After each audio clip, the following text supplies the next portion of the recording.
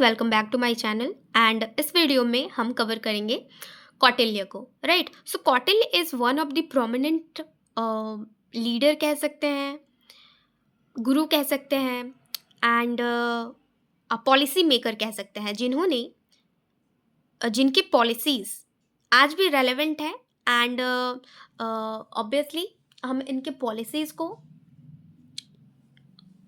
समझने वाले हैं एंड किस तरह से एंशियंट टाइम में मगध डायनेस्टी को स्टैब्लिश करने में और साथ ही इन्होंने अपना जो अर्थशास्त्र लिखा। Right, Arthashastra is not about economics, that is a book for as well as the economics, but also it describe about the policies decisions taken by a ruler. Right, कि कैसे एक स्टेट को एक्टिवली चलाया जा सकता है, कौन से पॉलिसीज को एक राजा को लेते हुए, इस्टेब्लिश करते हुए अपने लोगों का वेलफेयर, साथ ही साथ देश अपने स्टेट का उन्नति भी किया जा सके। तो ऐसी बातों को करते हुए वो अपने अर्थशास्त्र को इंट्रोड्यूस करते हैं एंड चलिए हम उनके लाइफ स्केच को देखते हैं कि वो क्या थे, उन्होंने क्या इंट्रोड्यूस किया, क्या हुआ उनके जीवन में ऐसा कि उन्होंने मतलब संकल्प ले लिया, प्लेस ले लिया अपने लाइफ में कि Nanda dynasty, right, Magadh dynasty, Bihar, आज का बिहार, पहले मगध के नाम से जाना जाता था एंशियंट टाइम में। तो बहुत सारी डायनेस्टीज वहाँ पर रूल करती है, जिसमें से Nanda is one of them, जो रूल कर रही होती है एंड ऐसा कुछ इंसिडेंट होता है कि नंदा डायनेस्टी के रूलर को जब कौटिल्य जाते हैं कहने के लिए कि आपके राज्य में आप अच्छे से रूल नहीं कर रहे हो या समथिंग, कुछ ऐसा सिचुएशन होता है, घटना होती है, तो जो राजा होते हैं उन्होंने कौटिल्य का अपमान करते हुए सभा से उनको निकाल दिया। उनके कैरेक्टर पर, उनके वेशभूषा पर बहुत ही जस्ट मजाक के सेंस में उनको सभा से बाहर कर दिया गया। तो ये जो उनका अपमान हुआ, डिसरिस्पेक्ट हुई, उन्होंने प्लेज ले लिया कि मेरे इस अपमान का या फिर डिसरिस्पेक्ट का बदला मैं इस डायनेस्टी को ही हटा के लूँगा और दिखाऊंगा कि किस तरह से एक राजा का स्टैब्लिशमेंट, एक्चुअल में एक राजा कैसा होता है, एक राजा को अपने राज्य को कैसे चलाना होता है, वेलफेयर कैसे करना होता है। तो ये अब मैं बताऊंगा, जो कि ये नंदा डायनेस्टी तो नहीं कर पाई। देन आफ्टर वो चंद्रगुप्त मौर्य को एज अ शिष्य ढूंढते हैं, ट्रेंड करते हैं एंड फाइनली एक मगध साम्राज्य, मगध डायनेस्टी, जो वन ऑफ दी सबसे बड़ी डायनेस्टी मगध बिहार की है ना, एंशिएंट टाइम में रही है। तो इतने बड़े साम्राज्य को वो जस्ट स्टैब्लिश कर पाते हैं by the Chandragupta Maurya and सबसे इम्पॉर्टेंट किस्सा यही रहता है कि किस तरह से एक नॉर्मल बच्चे को वो ट्रेंड करके एक ऐसा लीडर बनाते हैं, एक ऐसा रूलर बनाते हैं कि जो आगे चल के वेलफेयर के साथ साथ अपने स्टेट को भी एक्सपेंड करता है एंड साथ ही साथ भारत का, उत्तर भारत का एक विशाल क्षेत्र के रूप में उभरता है ना। पटना, मगध, कौसी, ऐसे बहुत सारे नाम हम एंशंट टाइम में बिहार को लेकर सुनते हैं। तो या and Nanda dynasty, then Bihar के कुछ और भी बहुत बड़ी बड़ी यूनिवर्सिटीज़, जैसे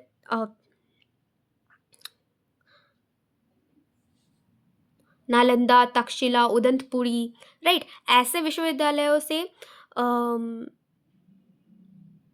कौटिल्य पढ़ते हैं, पढ़ाते भी हैं वहाँ पर, है ना। एंड इन सारों को नष्ट कर दिया जाता है बाय द इन्वेडर्स। तो हमारे भारत की मतलब बहुत सारी जो नॉलेज है वो ऐसे ही ख़त्म हो जाती है जब इन्वेड किया जाता है, आग लगा दिया जाता है खिलजियों के द्वारा, ऐसे इन्वेडर्स के द्वारा, जो मुस्लिम इन्वेडर्स थे। तो फिलहाल ये कुछ उनके लाइफ का बैकग्राउंड है कि क्यों उन्होंने प्लेज लिया, क्यों वो नीति बनाने पर आए, क्यों उन्होंने इंट्रोड्यूस किया नीतियों को, पॉलिसीज़ को, और उनको हम पॉलिसी मेकर, स्ट्रैटेजिक क्यों कहते हैं, तो what is the background of this, तो इस पर हमने बस अभी तक यही बात करी है। देन अब हम उनके लाइफ स्केच को लाइन वाइज लाइन समझने वाले हैं, ठीक है। सो स्टार्टिंग विथ कि कौटिल्य को विष्णुगुप्त या चाणक्य इस नाम से भी जाना जाता है। तो Kautilya is also known as by the name of Vishnugupta and Chanakya. तो ये दो जो नाम हम देख रहे हैं ये कुछ अलग नहीं है, इन्हीं को कहा जाता है। कौटिल्य को ही विष्णुगुप्त और चाणक्य भी कहा जाता है। एंसेंट इंडियन फिलोसफर रहे हैं, स्ट्रैटेजिस्ट रहे हैं, स्टेटमैन रहे हैं, ठीक है। And the prime minister to as a prime minister to Chandragupta Maurya. तो चंद्रगुप्त मौर्य के ये प्रधानमंत्री थे जिन्होंने इनको ट्रेंड किया, right. And also the author of अर्थशास्त्र, साइंस ऑफ पॉलिटी। तो अर्थशास्त्र is not about the economics, it is about the polity, ठीक है। तो ये साइंस ऑफ पॉलिटी के बारे में है। पॉलिटी, स्टेट कैसे चलाना है, रूलर का मोरल ड्यूटीज़ क्या होना चाहिए, वेलफेयर को कैसे मेंटेन करके स्टेट को एक्सपेंड करेंगे, तो ये सारी चीज़ें, ठीक है।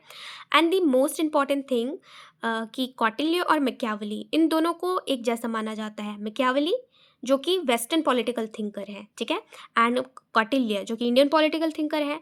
दोनों को ही एक जैसा इसलिए माना जाता है क्योंकि जिस तरह की स्ट्रैटेजी की बात कौटिल्य करते हैं, ठीक उसी तरह के स्ट्रैटेजी की बात मैकियावेली भी कहते हैं। मैकियावेली बात करते हैं कि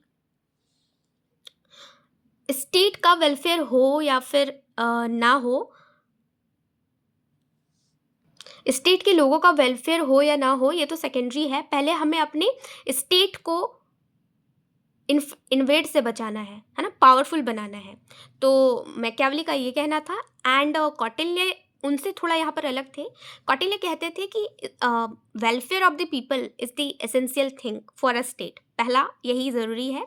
देन आफ्टर आप स्टेट के बाउंड्री को बढ़ाओ, यूनिफाई करो,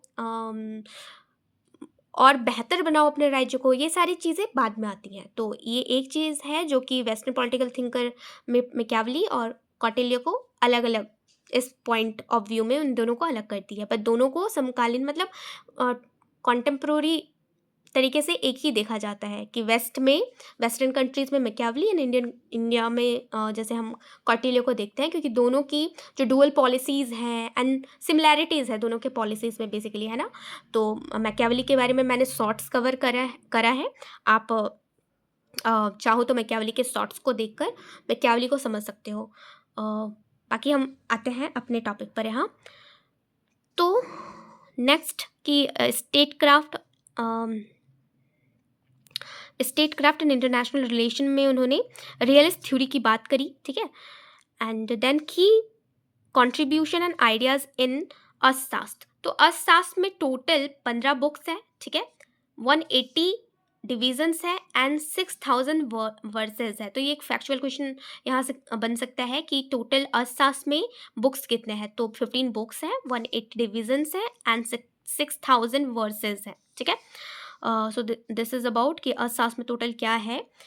and Kautilya theory of state. अब हम समझते हैं कि कौटिल्य स्टेट के थ्योरी में क्या कहते हैं। स्टेट की थ्योरी में वो कहते हैं, स्टेट की थ्योरी देते हुए, कि view the state as an organic entity, ठीक है, as a organic entity and contractarian thinker comparable to Western thinker like Hobbes, Locke and Rousseau. Cautil reject the idea of the divine origin of kingship, idea of the divine origin of kingship। मतलब कौटिल्य ऐसा नहीं कहते हैं कि राजा, जैसे western political thinker में hob, lock और Rousseau ऐसा कहते हैं ना कि राजा जो है वो एक डिवाइन ओरिजिन है, मतलब राजा के हाथों में ही सारी शक्ति होती है, एज अ गॉड, जैसे कि भगवान हो राजा। बट कौटिल्य कहते हैं ऐसा नहीं है, राजा भगवान नहीं होता, राजा को ट्रेंड किया जाता है ना। जिस तरह से कौटिल्य अपने स्टूडेंट चंद्रगुप्त को ट्रेंड कर रहे थे, तो वो कहते हैं कि मैं इस पर बिलीव नहीं करता कि राजा जो होता है वो डिवाइन ओरिजिन होता है, it is a false statement.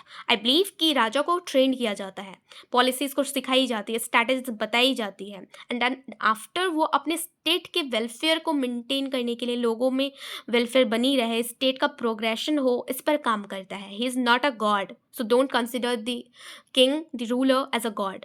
तो ये इस चीज़ को नकारते हैं, ठीक है। Instead he saw the state as a man made institution, तो वो कहते हैं स्टेट एक मैन मेड इंस्टीट्यूशन है जिसे बनाया जाता है, ठीक है। इट इज़ नॉट डिवाइन, ऐसा कुछ नहीं है, डिवाइन नहीं होता, कुछ देवीय शक्तियों जैसा नहीं होता, ठीक है। So role of the king में सर्वेंट ऑफ द पीपल्स, वो बताते हैं कि किंग जो है वो पीपल्स का सर्वेंट होता है, ठीक है। एंड ड्यूटीज़ जो कि आज भी रेलिवेंट है, जितने भी सिविल सर्वेंट्स होते हैं या जो भी पॉलिसी मेकर्स होते हैं या पॉलिटिक्स में होते हैं, they are the servant of the people, but वो भूल जाते हैं कि वो सर्वेंट ऑफ द पीपल है। They consider the king, king का मतलब not as a sense of king, they are the servant of the peoples, they have to remember it, right। तो ये कौटिल्य कहते हैं कि they are the servants of the peoples।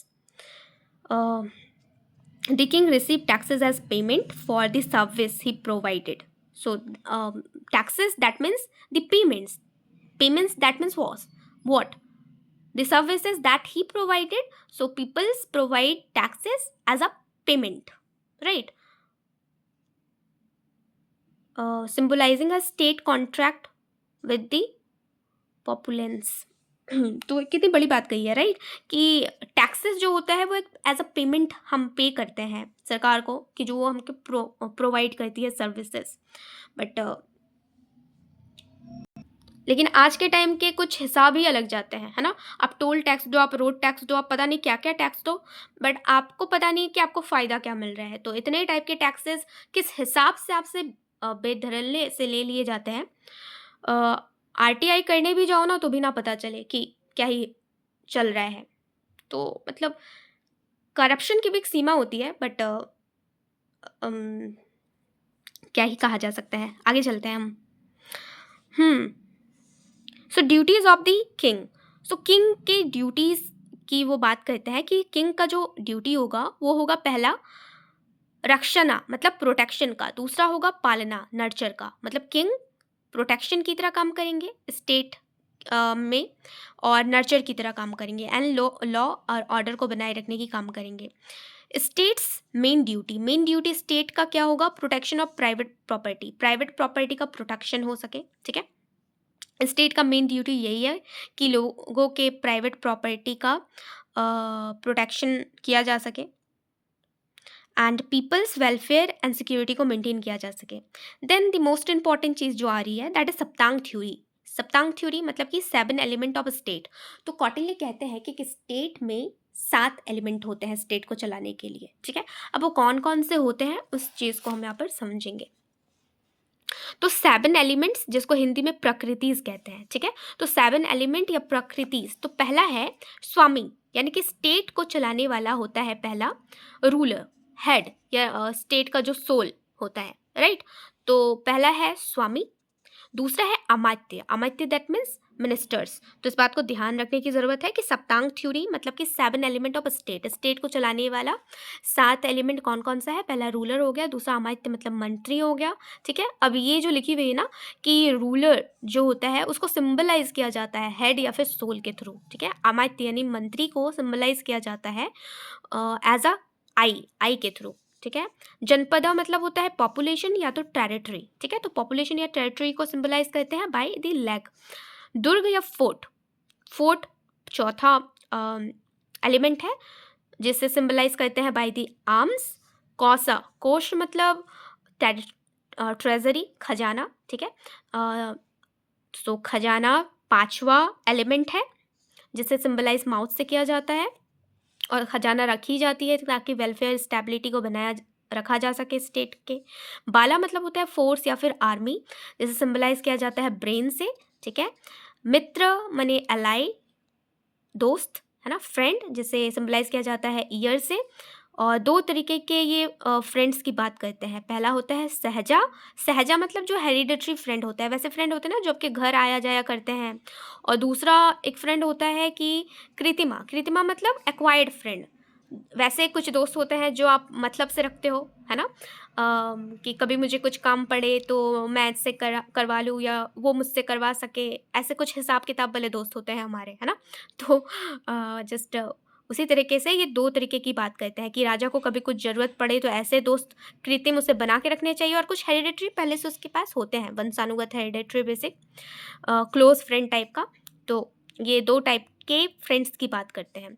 ठीक है? तो ये अभी तक हमने टोटल 7 एलिमेंट्स देख लिया कि एक स्टेट को चलाने के लिए राजा का होना, मंत्री का होना, पॉपुलेशन टेरिटरी का होना, फोर्ट, किला, खजाना, आर्मी, दोस्त, इन सारे का होना ज़रूरी है, और किन-किन चीज़ों से उनको जस्ट सिंबलाइज़ किया गया है, वो भी हमने यहाँ पे समझ लिया। तो this is the most important. इनकी सीरीज़ भी पूछ ली जाती है एग्ज़ाम्स में, और एलिमिनेशन भी दे दिया जाता है कि which one is the 7 element of this Kautilya, या फिर कौन-सा नहीं है। तो this one is very important. ये बहुत अच्छे से समझते हुए, लर्न करते हुए आगे बढ़िएगा। ठीक है? सो सप्तांग थ्योरी या 7 एलिमेंट ऑफ स्टेट ये हमने अभी देख लिया। नाउ नेक्स्ट जो है वो है मंडला थ्योरी। तो पहला थ्योरी हमने सप्तांग देखा, ठीक है, 7 अंग एक स्टेट को चलाने के लिए। अब हम देखेंगे कौटिल्य का मंडला थ्योरी। अब ये मंडला थ्योरी जैसे कि theory of circle of state भी कहते हैं। जिस तरह से सप्तांग थ्योरी को 7 एलिमेंट ऑफ स्टेट कहा गया था, उस तरह से मंडला थ्योरी को theory of circle of states कहा जाता है। अब सर्कल मतलब क्या होता है? Circle, so Kautilya Mandla theory is a theory of inter state relation. Mandla theory में वो इंटर स्टेट रिलेशन की बात करेंगे, बैलेंस ऑफ पावर की बात करेंगे। अब बैलेंस ऑफ पावर मतलब एक पावर को बनाए रखना। ठीक है, देखते हैं हम आगे कि इसमें बताया क्या गया है कि वीजी किशु मतलब विक्ट्री सीकर। ठीक है, मतलब जो राजा होता है, जो किंग होता है, and neighbours and the natural enemies, ये होता ही है। आपके घर का जो पड़ोसी होगा वो आपका हमेशा शत्रु ही होगा, है ना। तो ये शाश्वत सत्य वाला हिसाब है। तो वही कौटिल्य भी कहते हैं कि आपका नाइबर, पड़ोसी, neighbours are always your natural enemies. वो हमेशा आपके घर की ओर कान लगा के बैठा रहेगा कि क्या कुछ गलत हो रहा है आपके घर में, बस एक आवाज़ सुनने को मिल जाए। तो वही बात करते हैं कि neighbours are always your natural enemies, and वीजी किशु मतलब कि किंग की बात करते हैं। बाकी बात क्या करते हैं वो हम आगे समझते हैं कि मंडला थ्योरी में उन्होंने बताया क्या है। ये हम ओवरव्यू देख रहे हैं, अभी हम इसे और डीपली देखने वाले हैं। ठीक है, सो कुछ अभी समझ ना आए तो बहुत अच्छे से अपने सीट पर, आप जहाँ भी सुन रहे हैं मेरे इस वीडियो को, देख रहे हैं मेरे इस वीडियो को, तो जमे रहें, बैठे रहें, एंड आगे अभी चीज़ें आएंगी, क्लैरिफाई होगी, और यदि कुछ समझ ना आए तो you can comment down me as well. ठीक है, नाउ नो फ्रेंड्स और एमिटी इज परमानेंट। कौटिल्य कहते हैं कि इंटरनेशनल अरीना में हो या फिर रियल लाइफ में हो, कोई भी दोस्त आपका या कोई भी दुश्मन आपका परमानेंट नहीं होता, है ना। इसीलिए हमेशा सबसे दोस्ती और सबसे दुश्मनी मत कर लेना, नहीं तो घाटा आपका हो जाएगा, है ना। कुछ किसी से दोस्ती, किसी से दुश्मनी का बैलेंस बनाए रखना। यदि दोस्ती स्ट्रांग से कर रहे हो, है ना, ये यदि आपका मान लो दुश्मनी स्ट्रांग से है तो दोस्ती भी किसी एक स्ट्रांग से करके रखो। और इस चीज़ को यहाँ पर इतना हाईलाइट करके मैं इसलिए बता रही हूँ क्योंकि ऐसा सिचुएशन आया हुआ था जब पाकिस्तान को अमेरिका सपोर्ट कर रहा था, तो हमने 1971 में इंडिया ने यूएसएसआर से दोस्ती करी थी, द फ्रेंडशिप ट्रीटी, है ना, ट्रीटी ऑफ फ्रेंडशिप यूएसएसआर से 1971 में करी। क्यों? क्योंकि पाकिस्तान को इनडायरेक्टली सपोर्ट कर रहा था यूएसए। तो जब एक पावरफुल कंट्री हमारे नेबर को सपोर्ट कर रहा है, तो हमने भी एक पावरफुल कंट्री जो उस टाइम में अमेरिका को टक्कर देने के लायक था, यूएसएसआर, हमने उससे दोस्ती कर ली।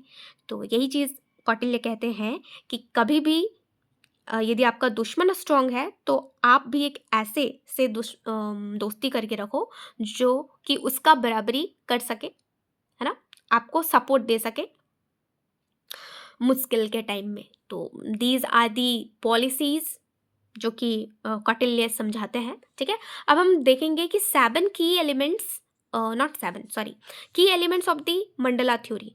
मंडला थ्योरी के की एलिमेंट्स के बारे में। तो मंडला थ्योरी में मंडला का मतलब सर्कल्स होता है, राइट। सो 12 किंग्स और सर्कल ऑफ स्टेट। कौटिल्य कहते हैं कि स्टेट में 12 किंग्स का सर्कल होता है, ठीक है। एक विजिकिशु होता है, इसका डायग्राम अभी हम देखने वाले हैं, ठीक है, डोंट वरी। फिलहाल ऐसे नोट्स वाइज हम एक बार देख ले, फिर हम इसके डायग्राम्स भी देखेंगे। तो विजिकिशु मैं बता चुकी हूँ, विजिकिशु बोला जाता है किंग को। 7 kings in the front, front में 4 किंग्स होते हैं। पहला होता है अरी, अरी का मतलब होता है नेवर्स, सॉरी एनिमी ऑफ विजिकिशु। विजिकिशु मतलब किंग, ठीक है, विजिकिशु वर्ड किंग के लिए यूज हो रहा है। तो विजिकिशु मतलब किंग का एनिमी, उसको कहते हैं अरी। अरी माने एनिमी, ठीक है। तो अरी का मतलब ही होता है एनिमी। किसका एनिमी? किंग का एनिमी, ठीक है। मित्र मतलब दोस्त, ठीक है। फ्रेंड ऑफ विजिकिशु, अरी मित्र, अरी मित्र मतलब फ्रेंड का एनिमी, ठीक है। मित्र मित्र मतलब दोस्त का दोस्त, मित्र मित्र, अरी मित्र मित्र मतलब दुश्मन के दोस्त का दोस्त, ठीक है। तो ये 5 किंग्स आगे की ओर होते हैं, ठीक है, और 4 किंग्स रेयर होते हैं। अब ये 4 किंग्स कौन से रेयर होते हैं? तो पर्शनिग्राह, पर्शनिग्राह जो रेयर अटैकर होता है, जो कभी कभार ही अटैक करता है। अक्रांता एलाई ऑफ द रेयर, ठीक है। एली, एली मतलब फ्रेंड, राइट। तो ally of the rear, then पर्शनिग्रह सारा एंड अक्रांता शारा। तो ये कुछ 4 किंग्स जो होते हैं वो पीछे की ओर होते हैं, और 5 किंग्स जो होते हैं वो आगे की ओर होते हैं।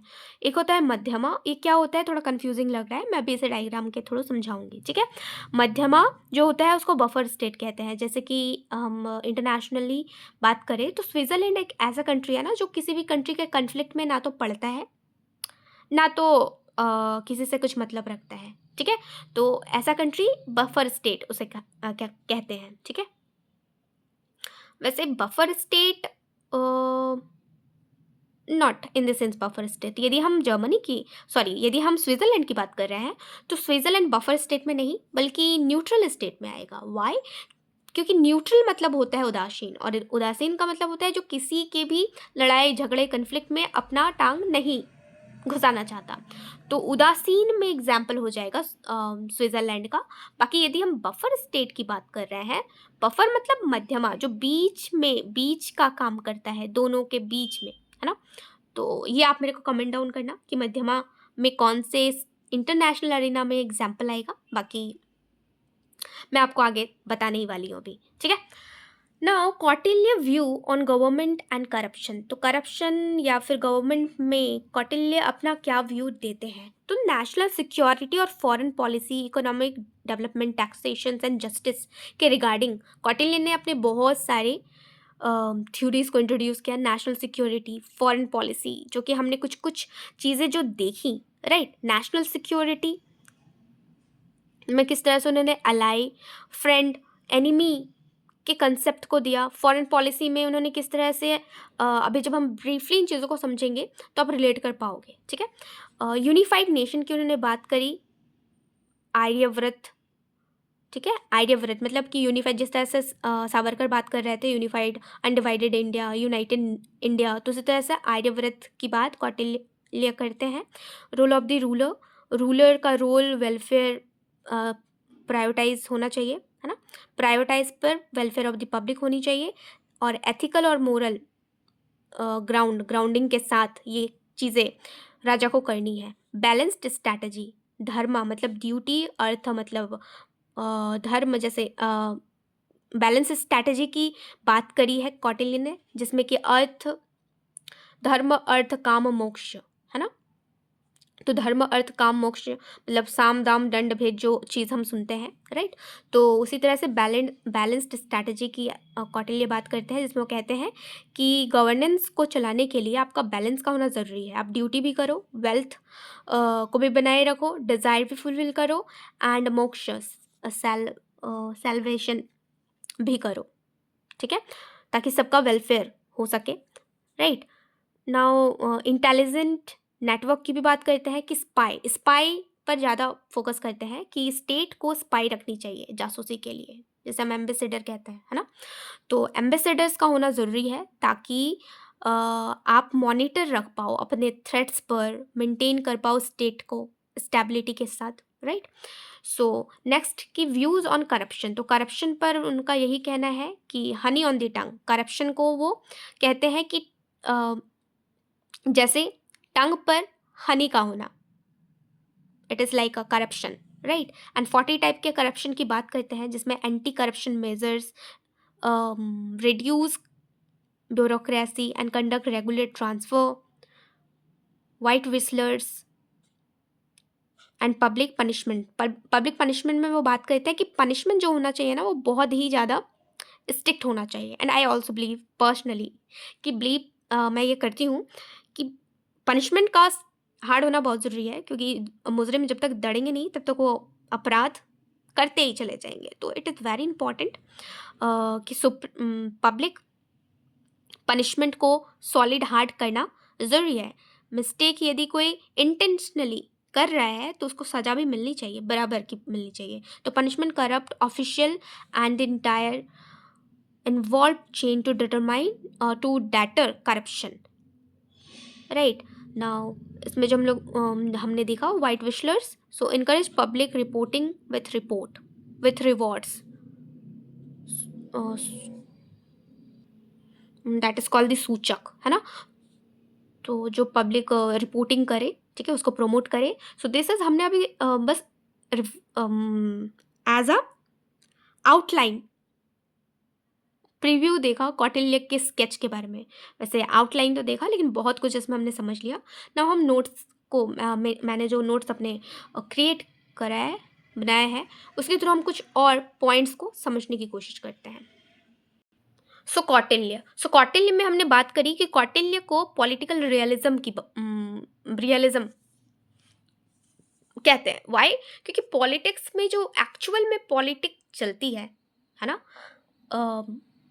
कैसे काम करती है, तो उसकी बात कौटिल्य जी ने करी है, ठीक है? सो मॉडर्न पॉलिटिकल रियलिस्ट या रियलिज्म कौटिल्य को कहते हैं, जिन्होंने अपनी अलग अलग थ्योरीज दी है, जो कि हमने अभी देखी। सप्तांग थ्योरी, 7 एलिमेंट्स की बात करते हैं। सान्य गुण्य नीति, ठीक है, षडगुण्य नीति। तो षडगुण्य नीति फॉरेन पॉलिसी या फिर मंडला पॉलिसी, सेम एक ही चीज़ है, ठीक है? मंडला पॉलिसी बोलो, फॉरेन पॉलिसी बोलो, या सारगुण्य नीति बोलो, ठीक है? These are the same things. तो इन थ्योरीज को हमने देखा कि किस तरह से उन्होंने मंडल थ्योरी में बात करी है कि राजा का जो नाइबर होगा, इमीडिएट नाइबर, वो हमेशा उसका एनिमी ही होगा, है ना? दुश्मन का दुश्मन दोस्त होगा। तो ये सारी चीज़ों को अभी हम एक बार और समझेंगे। नाउ स्टेट क्राफ्ट की उन्होंने बात करी, स्ट्रैटेजीज की बात करी। सप्तांग थ्योरी में उन्होंने रियलिस्ट प्रैग्मेटिक चीज़ को बताया है कि 7 ऑर्गन्स क्या क्या होते हैं एक स्टेट के, right? And R Shyama Shastri, अब इनका नाम क्यों आ रहा है? सो आर रामा शास्त्री ने अर्थशास्त्र पता ही नहीं था कि कौटिल्य के द्वारा लिखी गई है ना? दुनिया में, देश में, इंडिया में लोगों को नहीं पता था। तो पता कैसे चला? पता चला जब आर रामा शास्त्री एक बार लाइब्रेरी में पढ़ रहे थे किताब, तो 1905 में आर रामा शास्त्री ने ढूंढ के निकाला कि अर्थशास्त्र जैसे भी कुछ बुक होती है जिसमें कौटिल्य जी ने इतनी सारी स्टेट को चलाने के लिए रूलर कैसे रूल करेगा, इन सब के रिलेटेड इकोनॉमिक्स, ये इकोनॉमिक्स तो नहीं है बट इकोनॉमिक्स जैसा लग रहा है, बट अंदर में पॉलिटिक्स की बात करी गई है। अर्थशास्त्र जैसी भी कुछ पुस्तक है तो अर्थशास्त्र तब पाई जाती है ना, तब फाउंड होती है लाइब्रेरी में बाय आर रामाशास्त्री। तो आर रामाशास्त्री ने ढूंढ के निकाला था अर्थशास्त्र को, ठीक है, अर्थशास्त्र बुक को। एंड यदि हम बात करें कि टोटल किंग्स कितने होते हैं, जो कि हमने मंडला थ्योरी में देखा, किंग्स की बात करते हैं, तो टोटल किंग्स उस सर्कल में 12 होता है। 60 का कॉम्बिनेशन होता है, तो टोटल मिलाकर 72 टोटल एलिमेंट बना, ठीक है? नाउ ये हम बात कर ही चुके हैं कि कौटिल्य कहते हैं कि स्पाई सिस्टम का स्ट्रांग होना बहुत इम्पॉर्टेंट है। जैसे कि सीरियल्स आते हैं कुछ कुछ ना, जोधा अकबर एंड अकबर बीरबल, तो इसमें हम क्या देखते हैं, स्पाइस देखते हैं। जैसे थर्ड जेंडर के जो लोग होते हैं, किन्नर्स, राइट, तो उनको बेसिकली दिखाया जाता है कि या वो या फिर मे बी वो राजा के सर्विस के लिए, राजा की सेवा के लिए राजा के पास होते हैं, या रानियों की सेवा के लिए होते हैं, या राजा अपने मनोरंजन के लिए उनको रखते हैं। तो बेसिकली वो होते क्यों हैं? वो प्रजा में भी होते हैं, महल के अंदर में भी होते हैं। उनका मेन काम होता है ना कि राजा उनसे स्पाई का काम करवा सके, है ना, मॉनिटरिंग रखवा सके कि महल के अंदर क्या हो रहा है, महल के बाहर क्या हो रहा है, लोगों का रिस्पॉन्स राजा के रिगार्डिंग क्या है। तो this is a spy system. ठीक है, तो स्पाई सिस्टम पर कौटिल्य बहुत ज़्यादा बिलीव करते हैं। ठीक है, एंड कौटिल्य कहते हैं कि immediate neighbour is always your enemy. आपका जो एकदम निकट पड़ोसी होगा ना, वो हमेशा आपका शत्रु होगा। तो राजा को हमेशा इस बात का ध्यान रखना है। जैसे हम इंडिया के कॉन्टेक्स्ट में देखें तो हमारा इमीडिएट नाइबर जो है Pakistan and China, both are our enemies, right. तो this is what the Kautilya try to understand by his policies, by his strategies, right? So now next is six-fold policy, सारगुण्य नीति, right. तो six fold policies, ये क्या होता है? So six fold policy में कौटिल्य बात करते हैं कि इसका क्रोनोलॉजी इंपॉर्टेंट हो जाता है, नाम इंपॉर्टेंट हो जाता है, एलिमिनेशन के लिए आता है। ठीक है, तो इस तरह के क्वेश्चन बनते हैं कि या तो एलिमिनेशन के क्वेश्चन आ जाए कि इनमें से कौन सा सिक्स फोल्ड पॉलिसी है, या फिर क्वेश्चन आ जाए which one is not comes under six fold policy, या फिर क्रोनोलॉजी वाइज आ जाए कि इसके बाद इसके बाद इसके बाद क्या होगा। ठीक है, या फिर आ सकता है कि इंग्लिश नेम आ जाए एंड पूछ दिया जाए कि उसके हिंदी में क्या उसे कहते हैं। तो इस टाइप के क्वेश्चन बनते हैं CUTPC में, यूजीसी नेट में, एंड सेमेस्टर्स में तो आपको डिस्क्रिप्टिव लिखना रहता है ना। एंड शॉर्ट नोट्स भी आते हैं। जैसे आपको दे दिया जाए द्वैध भाव, डुअल पॉलिसी, एंड इस पर आप शॉर्ट नोट लिखो। तो ये सेमेस्टर्स में इस टाइप के क्वेश्चन आते हैं। तो आप एक बार समझ लो, देन आफ्टर आप बहुत अच्छे से फ्रेम कर सकते हो, लिख सकते हो, क्वेश्चन को टैकल कर सकते हो। तो पहला है सिक्स फोल्ड पॉलिसी, मतलब सार गुण्य नीति, राइट। पहला है संधि, मतलब कि पीस। राजा को कोशिश करना चाहिए कि जितनी शांति हम बनाए रख सकते हैं दूसरे स्टेट के साथ, उतनी शांतिपूर्ण तरीके से हम रहे, है ना। यदि झगड़े की नौबत नहीं है, वॉर की नौबत नहीं है, तब तक झगड़ा या वॉर ना ही करे तो अच्छा है। तो पीस पहला। दूसरा है विग्रह, मतलब वॉर। कौटिल्य कहते हैं हो सकता है कि आपकी दुश्मनी आपके पड़ोसी स्टेट से हो, तो आप हमेशा तैयार रहो वॉर के लिए भी, क्योंकि सिचुएशन बदल सकता है, कुछ भी हो सकता है, वॉर की सिचुएशन आ सकती है। तो जब वॉर में आप जाओ तो हमेशा दो ऑब्जेक्टिव को ध्यान में रखना। एक तो आपको खुद को डिफेंड करना है, और दूसरा कि आपको अपने टेरिटरी को भी एक्सपेंड करना है। ठीक है। तीसरा है असाना, मतलब न्यूट्रलिटी। कोशिश करो कि कॉन्फ्लिक्ट में आप जितना दूर रहो, ना पढ़ो, उतना ही अच्छा है। जैसे कि स्विट्जरलैंड, ये कभी भी कॉन्फ्लिक्ट में पढ़ना नहीं चाहता। ठीक है, खुद को घसीट के लाना भी नहीं चाहता। ये खुद में एक इंडिपेंडेंट नेशन की तरह रहना ज़्यादा प्रेफर करते हैं। चौथा है याना। याना मतलब मार्चिंग। कौटिल्य कहते हैं कि हो सकता है ना, be always ready for war. क्यों ऐसा बात क्यों करते हैं कौटिल्य? क्योंकि इंटरनेशनल पॉलिटिक्स में कौन कब पलट जाएगा, कौन आप पर अपने फायदे के लिए आक्रमण कर देगा, है ना, आप कह नहीं सकते। So please we always ready for the war, कि यदि सिचुएशन बदला भी, कुछ हुआ भी, तो हम रेडी हैं उसको हैंडल करने के लिए। ठीक है। तीसरा है समश्राया, मतलब सीकिंग शेल्टर। मतलब यदि मान लो आपकी दुश्मनी एक पावरफुल कंट्री से हो गई है एंड आप उतने स्ट्रांग हो नहीं, तो आप किसी स्ट्रांग को एक फ्रेंड बना लो। ठीक है, ताकि आप उसके बिहाफ पर लड़ाई करके जीत सको। ठीक है, नहीं तो आप कमज़ोर हो, आपका दुश्मन स्ट्रांग है, तो आप तो हार जाओगे ना। इसलिए आप बेटर होगा कि किसी स्ट्रांग को दोस्त बना लो, और आपके जस्ट बिहाफ पर वो वॉर को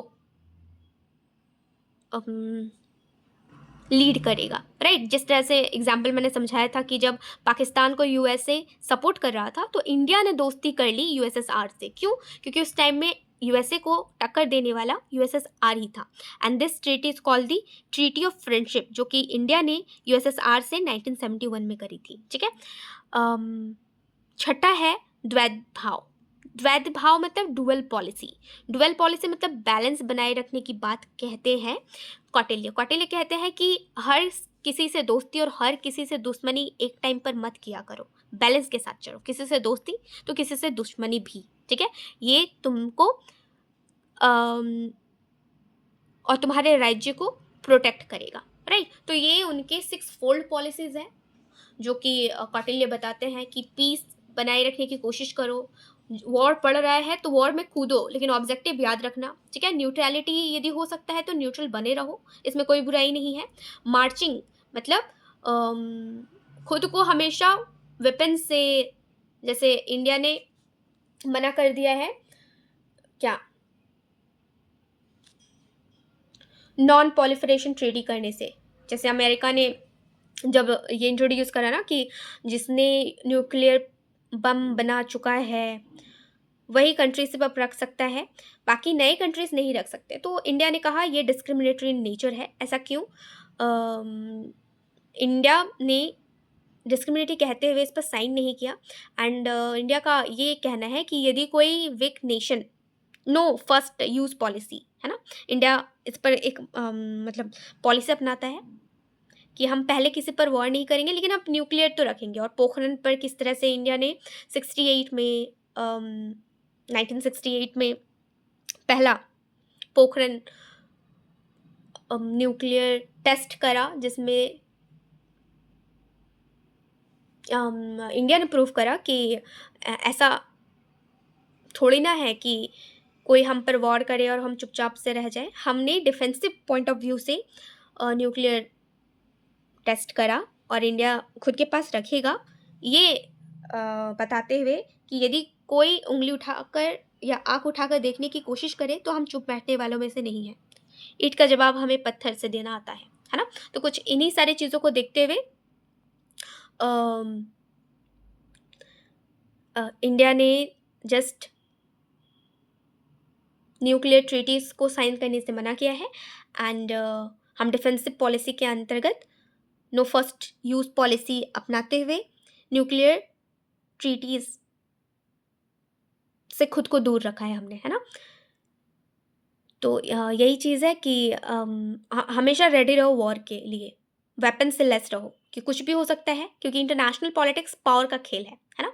इंटरनेशनल पॉलिटिक्स में, रियलिज्म में ऑलवेज पावर मैक्सिमाइजेशन की बात होती है, ज़्यादा से ज़्यादा पावर गेन करना। एंड जैसे कि अभी चाइना इमर्जिंग पावर की तरह उभर रहा है, तो इंटरनेशनल पॉलिटिक्स, रिलेशंस, इन सारे पर रूलर को किस तरह से रूल करना है। तो आप देखो कि उनका ब्रॉड विज़न कितना बड़ा था कौटिल्य का, जिन्होंने इतनी सारी चीज़ों को लेते हुए समझाया है, राइट। सो यही चीज़ है कि किसी से आपको हेल्प मांगनी पड़ रही है तो हेल्प मांगो, डुअल पॉलिसी को अपनाते हुए चलो, किसी से दोस्ती दुश्मनी बैलेंस करते हुए चलो। सबसे दोस्ती सबसे दुश्मनी मत कर लेना, क्योंकि इंटरनेशनल अरीना में कोई आपका परमानेंट दोस्त, कोई आपका परमानेंट दुश्मन नहीं होता। सब अपने फ़ायदे के लिए आपसे जुड़े हुए होते हैं। So always keep this thing in your mind, right. And neighbour is always likely to your friend. दुश्मन का दुश्मन हमेशा दोस्त होता है, इस बात को ध्यान रखो, है ना। दुश्मन का दुश्मन दोस्त होता है। यदि हम इसे प्रैक्टिकल एग्जाम्पल में रिलेट करें, है ना, इंटरनेशनल अरीना में, तो आप बताओ दुश्मन का दुश्मन दोस्त में हम किसे समझ सकते हैं? दुश्मन का दुश्मन दोस्त, जैसे इंडिया का जैसे हम बात करें तो नाइब एनिमी की तरफ पाक, राइट। एंड दुश्मन का दुश्मन जैसे चाइना हमारा दुश्मन, और एंड हम पाक के, तो दुश्मन का दुश्मन हुआ ना दोस्त। तो बस वही बात है कि दुश्मन का दुश्मन यहाँ दोस्त होता है ना। चाइना, इंडिया और पाक के रिलेशन में ही समझ लो कि दुश्मन का दुश्मन यहाँ दोस्त चलता है। तो इंटरनेशनल पॉलिटिक्स कुछ इसी तरह से काम करती है। सो यही बात जो मैंने आपको समझाई थी कि एंड जस्टिफाई द मीन्स, ये बात करता है Machiavelli in western political thinker, कि ज़रूरी नहीं है कि आपका रास्ता क्या है, साम दाम दंड भेद कुछ भी लगा के यदि एंड गोल आपको मिल जाता है तो आप सही हो। एंड स्टेट अबॉव इंडिविजुअल, ये इंडिविजुअल स्टेट अबॉव इंडिविजुअल, मतलब स्टेट को ऊपर रखते हैं मैकियावेली, बट स्टेट इंडिविजुअल्स के वेलफेयर की बात करते हैं कौटिल्य, कि कौटिल्य कहते हैं कि वेलफेयर ही इम्पॉर्टेंट है जनता के लिए। ठीक है, सो ये कुछ हमने और चीज़ें समझी, 6 फोल्ड पॉलिसीज समझी। Then after move to next one is now, अब कुछ जो चीज़ें बची रह गई कौटिल्य के बारे में वो ये है कि कौटिल्य, राइट। सो कौटिल्य, जिन्हें विष्णुगुप्त या चाणक्य कहा जाता है, टैक्सिला में इनका एजुकेशन हुआ है। ठीक है, वहाँ पर इन्होंने पढ़ाई भी की है और इन्होंने पढ़ाया भी है। टैक्सिला यूनिवर्सिटी बिहार की बहुत अच्छी यूनिवर्सिटी। ठीक है, आज ये सारे बहुत ही बैड कंडीशन में, बहुत सारे बुक इनमें जला दिए गए इन्वेडर्स के द्वारा, डिस्ट्रॉय किया गया इनको। So next is destroyed the power of the Nandas. तो नंदा डायनेस्टी को किस तरह से इन्होंने ख़त्म किया, मैंने शुरू में ही आपको इसकी स्टोरी बताई। अर्थशास्त्र बुक इन्होंने लिखी। स्टेटमैन या स्टेट क्राफ्ट मैकियावेली से ये कुछ मिलते जुलते, वेस्टर्न पॉलिटिकल थिंकर की तरह मिलते जुलते लगते हैं, क्योंकि दोनों के पॉलिसीज़ स्ट्रैटेजीज एक तरीके की है, फिलॉसफी एक तरीके की है। फिलॉसफी की बात करें तो इनका main focus welfare of the people है। ठीक है, क्योंकि राजा या रूलर का होना ही क्यों है यदि वो वेलफेयर ही स्टैब्लिश ना कर पाए तो। ठीक है, देन कॉटिल्स पॉलिटिकल व्यू या थॉट। सो सप्तांग थ्योरी की वो बात करते हैं स्टेट में, जो कि हमने समझ लिया है कि राजा होगा, मंत्री होगा, ठीक है, दुर्ग होगा, फोर्ट, जनपद होगा मतलब कि पब्लिक ओपिनियन, कोश होगा, ट्रेजरी, बाला होगा। ठीक है, बाला या डंडा जैसे मिलिट्री स्ट्रेंथ कहते हैं, एंड मित्र एलाइज। इन चीज़ों को हमने समझ लिया है। ठीक है, एक बार यहाँ पर मैं डायग्राम्स के थ्रू आपको दिखा देना चाहती हूँ, और इसकी क्रोनोलॉजी बहुत इंपॉर्टेंट हो जाती है। ठीक है, तो जो हमने भी कवर करा क्रोनोलॉजी वाइज, उसे आप ध्यान रखना। ठीक है, तो ये 7 एलिमेंट, 7 ऑर्गन्स एक स्टेट को चलाने के लिए क्या क्या चाहिए, राजा का होना, मंत्री का होना, फोर्ट्स महलों का होना, जनपद टेरिटरी, कोश, आर्मी, दोस्त, इन सारे 7 एलिमेंट्स का होना ज़रूरी होता है। ठीक है, नाउ अब 12 टाइप्स ऑफ किंग्स की जो वो बात करते हैं कौटिल्य, उसमें कहते हैं कि king and his 7 elements are. तो एलिमेंट्स को प्रकृतिज हिंदी में कहते हैं। ठीक है, सप्तांग, सप्तांग मतलब 7, जो कि हमने अभी देखी। तो सप्तांग में पहला तो किंग हमने देख लिया, मंत्री देख लिया। मंत्री में भी वो 3 तरीके के मंत्री की बात करते हैं। ठीक है, मतलब 3 तरीके की बोलने का मतलब 3 मंत्री रखने की बात करते हैं, क्योंकि हो सकता है ना कि एक दूसरे से मिल जाए, तो हमेशा कहते हैं कि 3 तिगाड़ा कम बिगाड़ा, तो हमेशा 3 रखा करो, है ना। 2 रखोगे तो मे बी वो दोनों एक दूसरे से साठ-गाँठ करके राजा के ही खिलाफ हो जाए। तो 3 रखोगे तो दोनों के ऊपर में तीसरा वाला निगरानी रख पाएगा, मॉनिटर रख पाएगा और राजा को सारी खबर देगा। इसलिए वो मंत्री भी रखने की तो बात करते हैं, लेकिन 3 मंत्री रखने की बात करते हैं। ठीक है, देन आफ्टर जनपदा, दुर्ग, कोश, बाला, दंडा और मित्र, ये जो मैंने इधर लिखी है ये एकदम क्रोनोलॉजी वाइज है, तो क्रोनोलॉजी वाइज ही चीज़ों को याद रखना, उसके हिंदी के नेम भी, उसके इंग्लिश के नेम भी। एंड ये सप्तांग थ्योरी क्या है, ऑल्दो ये सारे मैंने आपको समझा दिए। ठीक है, कि राज्य में 7 ऑर्गन्स का होना ज़रूरी है, नहीं तो राज चलेगा कैसे, है ना। तो राजा का होना, मंत्री का होना, टेरिटरी का होना, फोर्ट, ट्रेजरी, आर्मी एंड मित्र का होना। देन कंसेप्ट ऑफ पुरुषार्थ, पुरुषार्थ में वो 4 तरीके के वर्च्यू की बात करते हैं, धर्म, अर्थ, काम, मोक्ष, जो कि मैं आपको बता चुकी हूँ, है ना। साम दाम दंड भेद कुछ भी हो, लेकिन आपको अपना ड्यूटी पूरा करना है, तो ये वर्च्यू के साथ राजा को काम करना है। And Kautilya view on the law and order, जिसमें वो defence from external enemies, external दुश्मनों से खुद के राज्य को बचाना, मेंटेन करना लॉ ऑर्डर को, protection of the subject from national calamities. ठीक है, इन नेशनल क्लैमिटीज़ मतलब कि आपदाओं से अपने राज्य को बचाना, प्राकृतिक आपदाओं से।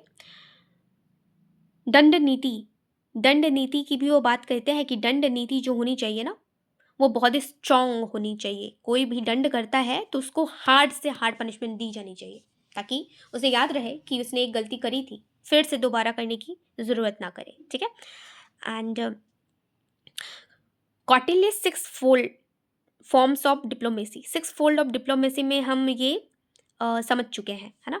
संधि, ट्रीटी, मतलब जहाँ पर आपको दोस्ती करनी पड़ रही है किसी के साथ, है ना? बेफिज़ूल का आपको लग रहा है कि काम निकल जाएगा दोस्ती करने से, है ना? बात से, तो आप बा वहाँ पर ट्रीटी कर लो। ज़रूरी नहीं है लड़ना, तो मत लड़ो। यदि पीस से, बात मशवरे से बात समझ में आ जाती है, तो आप पीस कर लो, दोस्ती कर लो। यदि बात और बिगड़ जाती है, पीस का नौबत नहीं आता है, तो आप वॉर के लिए भी रेडी रहो। किसे कही जा रही है सारी बातें? राजा को, है ना? जो रूल कर रहा है कि यदि ट्रीटी से किसी से बात सुलझ जा रही है तो ट्रीटी करो, पीस करो, नहीं सुलझ रही है तो वॉर के लिए रेडी रहो, ये हम समझ चुके हैं। मैं एक बार फिर से आपको बता रही हूँ। देन कहीं ज़रूरत पड़ रहा है न्यूट्रलिटी का, तो न्यूट्रल भी रहो, जैसे कि स्विट्ज़रलैंड रहता है ना? हमेशा वॉर पर जाने की ज़रूरत नहीं होती। एंड फिर मार्चिंग, मतलब आपको ज़रूरत पड़ रही है स्ट्रॉन्ग के साथ दोस्ती करने की तो करो, और यदि आपके वीक दोस्त हैं तो स्ट्रॉन्ग के साथ भी अपनी दोस्ती बनाए रखो, क्योंकि ये आपको ही मदद मिलेगा लॉन्ग टर्म में, है ना? Then similar aims made friendship like Quad, जैसे कि क्वाड, है ना? क्वाड में कंट्रीज शामिल है, इंडिया, यूएसए, जापान, ऑस्ट्रेलिया। तो ये जो हम ऑर्गेनाइजेशंस देखते हैं, या फिर जैसे हम नेटो देखते हैं, आशान ऑर्गेनाइजेशन देखते हैं, शार्क ऑर्गेनाइजेशन देखते हैं, ये सारे क्या है? ये सारी कंट्रीज़ का कॉम्बो जो है, ये यही बताता है ना कि जो वीक है वो स्ट्रॉन्ग के साथ अप खुद को अलाई में रखता है, कॉम्बो में रखता है, ताकि कभी ज़रूरत पड़े तो वो इनसे हेल्प ले सकता है, राइट? तो ये सारे ऑर्गेनाइजेशंस खुद में यही शो करता है कि दोस्ती आप स्ट्रॉन्ग से भी बना कर रखो, राइट? और हमेशा युद्ध के लिए तैयार रहो। मार्चिंग, खुद को हमेशा लेस रखो, वेपन से, फोर्स से, आर्मी से, टेक्नोलॉजी से, क्योंकि इंटरनेशनल पॉलिटिक्स में कोई भी किसी पर भी हावी हो सकता है कभी भी। एंड डुअल पॉलिसी की तो बात करते ही हैं कि बैलेंस बना कर रखो, है ना? कुछ भी हो सकता है, तो पॉलिसी अपनी डुअल रखो, टीट फॉर टैट रखो। कहीं पर शांति से हो जाता है तो शांति को अपना लो, कहीं पर वॉर पर जाना ही ज़रूरी है तो वॉर पर जाओ। सो ये सारी चीज़ें इंडिया भी टाइम टू टाइम हम देखते हैं कि पाक के साथ हो, चाइना के साथ हो, वॉर्स में अपनाता है ना? डिफरेंट टाइप्स की diplomacy strategies. Now strategy of diplomacy, तो सामा और कंसिलेशन, दंडा, उम, दाना, विभेदा, विभेदा मतलब डिवाइड एंड रूल, है ना? स्ट्रैटेजी डिप्लोमेसी करने की, डिवाइड एंड रूल करके, जैसे अंग्रेजों ने भी फॉलो करा था इसे इंडिया को डिवाइड कर देने के लिए। डंडा और use for force, gift, conciliation, तो जिससे भी काम आपको पड़ रहा है, जो भी तरीके से आप डिप्लोमेसी कर सकते हो, किसी को उपहार देकर, किसी से फोर्सफुली लड़ के, डिवाइड रूल करके, तो जो भी आप करके अपने डिप्लोमेसी को चला सकते हो, अपने स्टेट को अच्छे से चला सकते हो, करो, ठीक है? Now Kautilya as political realist, तो state follow the law of the fish, example big fish eat up small fishes. तो कौटिल्य इस बात पर बिलीव करते हैं कि हमेशा एक बड़ी मछली एक छोटे मछली को खा जाती है ना? नदियों में हम देखते हैं ना, तालाबों में हम देखते हैं कि एक हमेशा बड़ी मछली छोटी मछली को खाती है। ठीक इसी तरह से होता है, यदि आप खुद को पावरफुल बना के नहीं रखोगे ना इंटरनेशनली, इंटरनेशनल अरीना में, तो हमेशा आप किसी ना किसी के द्वारा एक्सप्लॉइट हो जाओगे। किसी ना किसी दूसरे स्टेट या कंट्री के द्वारा आप पर एक्सप्लॉइटेशन किया जाएगा। इसीलिए ज़रूरी है कि आप अपने पावर को बनाए रखो। जिस तरह से इंडिया न्यूक्लियर बम से खुद को पावरफुल इंटरनेशनल अरीना में इस्टेब्लिश किया है इंडिया ने, है ना? ताकि कोई भी दूसरा कंट्री आंख उठाकर देखने की ज़रूरत करने से पहले सोच ले कि हम बड़ी मछली में आते हैं, छोटी मछली में नहीं, ठीक है? नाउ मंडला थ्योरी, तो मंडला थ्योरी में टाइप्स ऑफ स्टेट की बात करी है, जो कि मैंने बताया ही है आपको पहले कि वीजी किशु मतलब कि विक्ट्री। जैसे कि हम इंडिया के सेंस में ले लें तो वीजी किशु मतलब राजा में हम इंडिया को मान लेते हैं, ठीक है? अरी में मतलब कि एनिमी में चाइना और पाक, ठीक है? मध्यमा मतलब बफर स्टेट में नेपाल। मैंने पूछा भी था आपसे, है ना, कि बफर स्टेट में आप मेरे को कोई जस्ट एग्जाम्पल दो तो बफर स्टेट में नेपाल आ जाएगा, ठीक है, जो बीच में है, जो किसी के भी बीचों बीच स्टैब्लिश कर रहा है, इंडिया एंड चाइना के बीच में जस्ट बीचों बीच आ रहा है, that is Nepal, buffer state, दोस्ती की तरह या दुश्मनी की तरह एक कॉमन स्टेट, ठीक है। देन उदासीन, न्यूट्रल, जिसमें एग्जाम्पल में स्विट्जरलैंड आ जाएगा।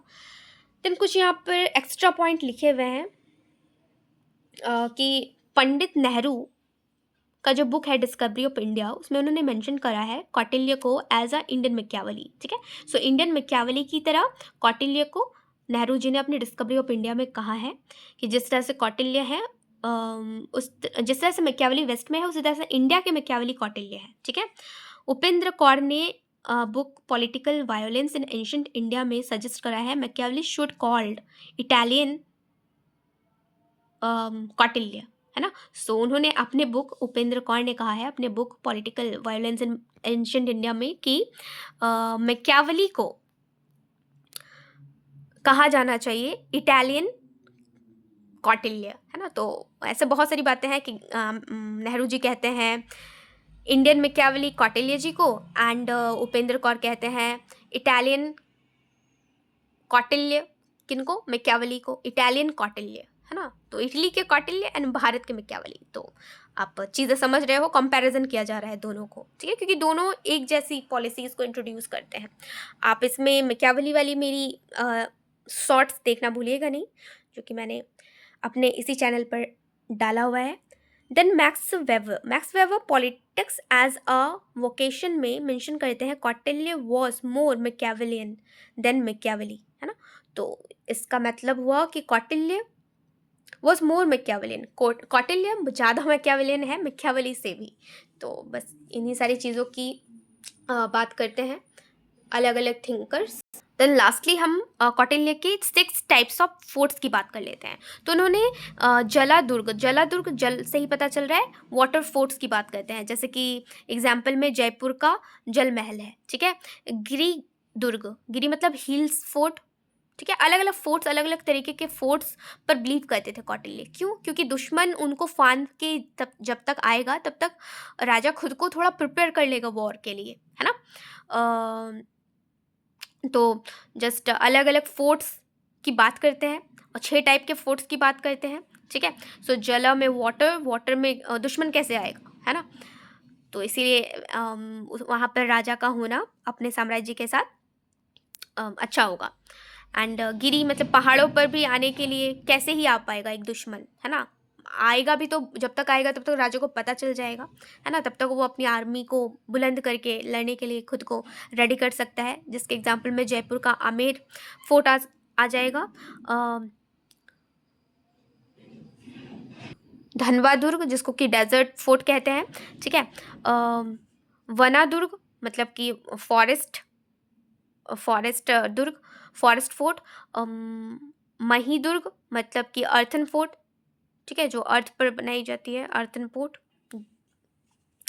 एंड नरी दुर्ग मतलब ह्यूमन फोर्ट, जैसे कि ह्यूमन फोर्ट, जैसे कि बहुत ही फेमस हमारा रेड फोर्ट इंडिया का, है ना। तो ये सारे फोर्ट्स बनाए ही इसलिए जाते थे ताकि अलग अलग लोकेशंस पर, आप देख रहे हो ना, फॉरेस्ट में, डेजर्ट में, हिल्स में, वाटर में, earthen and water human force, तो ये सारे फोर्स बनाए ही इसलिए जाते थे अलग अलग लोकेशन में, ताकि दुश्मन जब तक पहुंचेगा तब तक हम खुद को प्रिपेयर कर लेंगे एंड हम खुद को डिफेंड कर सकते हैं।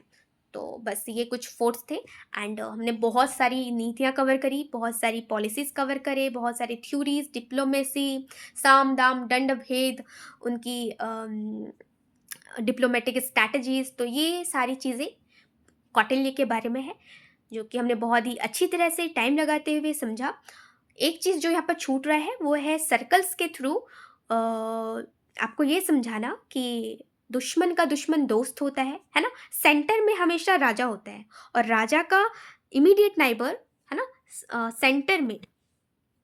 सेंटर में हमेशा राजा होता है और राजा का हमेशा इमीडिएट नाइबर उसका एनिमी होगा, और एनिमी का एनिमी हमेशा दोस्त होता है, ठीक है। ये होगा किंग का इमीडिएट नाइबर हमेशा होगा एनिमी, और एनिमी का एनिमी हमेशा दोस्त होता है ना? राजा का दोस्त होता है, एनिमी का एनिमी हमेशा दोस्त होता है। तो ये चीज़ जो है ये मैं आपको एज़ अ रील्स के थ्रू, एक शॉर्ट के थ्रू कवर करके अच्छे से समझाऊँगी। बाकी ये थोड़ा-सा ओवरव्यू था, ठीक है? तो एज़ अ फंडामेंटल बेसिक इस वीडियो को आप लोग समझो, अपने बेस को स्ट्रॉन्ग करो, डायमेंशंस की और खुद अलग-अलग डायमेंशंस, अलग-अलग थ्योरीज़ में खुद को अवेयर करो, and stay tune with my channel, ताकि ऐसे और वीडियोस मैं आप तक पहुंचाते रहूं, और आप मेरे को जस्ट सुनते रहो, समझते रहो मेरे से चीज़ों को, कॉन्सेप्ट्स को, and all the best for the students जो प्रिपेयर कर रहे हैं, खुद को इम्प्रूव कर रहे हैं। एंड असास जैसी पुस्तकें या फिर इनके सीरीज़ या इन पर बनी हुई कुछ मूवीज़ आती है ना, तो obviously and definitely see that, ताकि आप अपने नॉलेज को इंक्रीज कर पाओगे, ठीक है? बाकी ऑल द बेस्ट, एंड तब तक के लिए बाय।